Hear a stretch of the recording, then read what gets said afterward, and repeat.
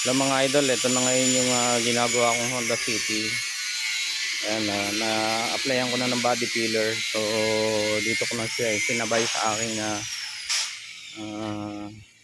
shop dito sa sa Binyan. Ay yung mga magpapa-repaint ng auto, yung aking mga customer, dito nyo nadalhin sa akin sa sa Binyan.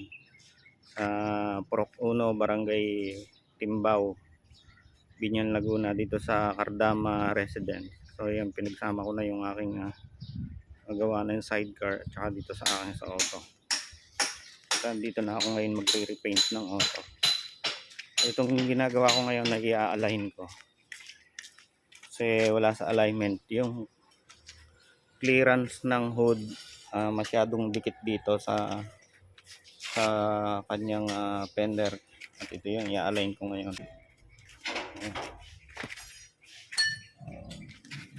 Ayan, kita nyo mga lods, yung gaps niya sobrang dikit, so kailangan natin paluwagin yung fender para may align natin.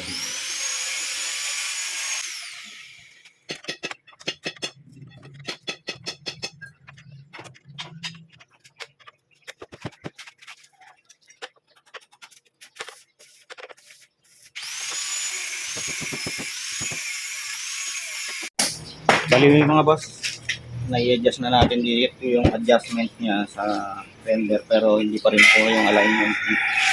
So dito na tayo mag-a-adjust sa kanyang yung bolts ng hood. Yun na yung paluluwagin natin para magpantay yung gaps niya.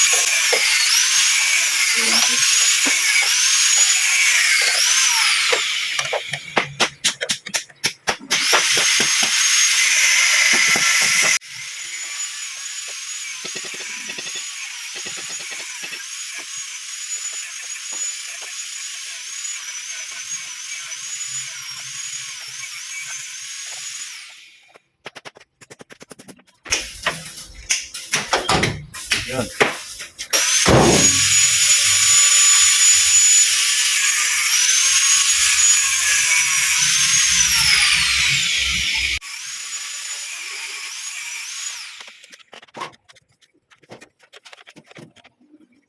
Ayan mga lods, nahigpitan na natin yung yung kanyang mga alignment, no. So check natin.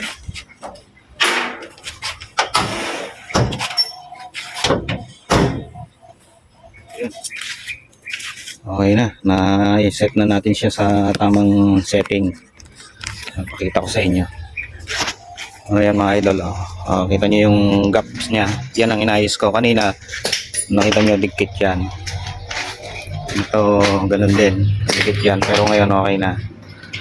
Na-realign na natin siya. Dito naman ako mag-umpisa ngayon sa body.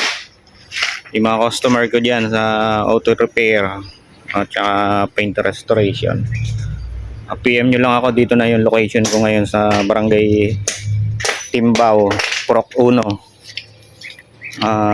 dito sa Cardama Residence. Ito mga lods ang aking ngayon. Ayan, dito ko na pinagsama yung aking business para isang rental na lang. Have a nice day po sa inyo. Tuloy lang mangarap at magsikap para sa future natin at ng ating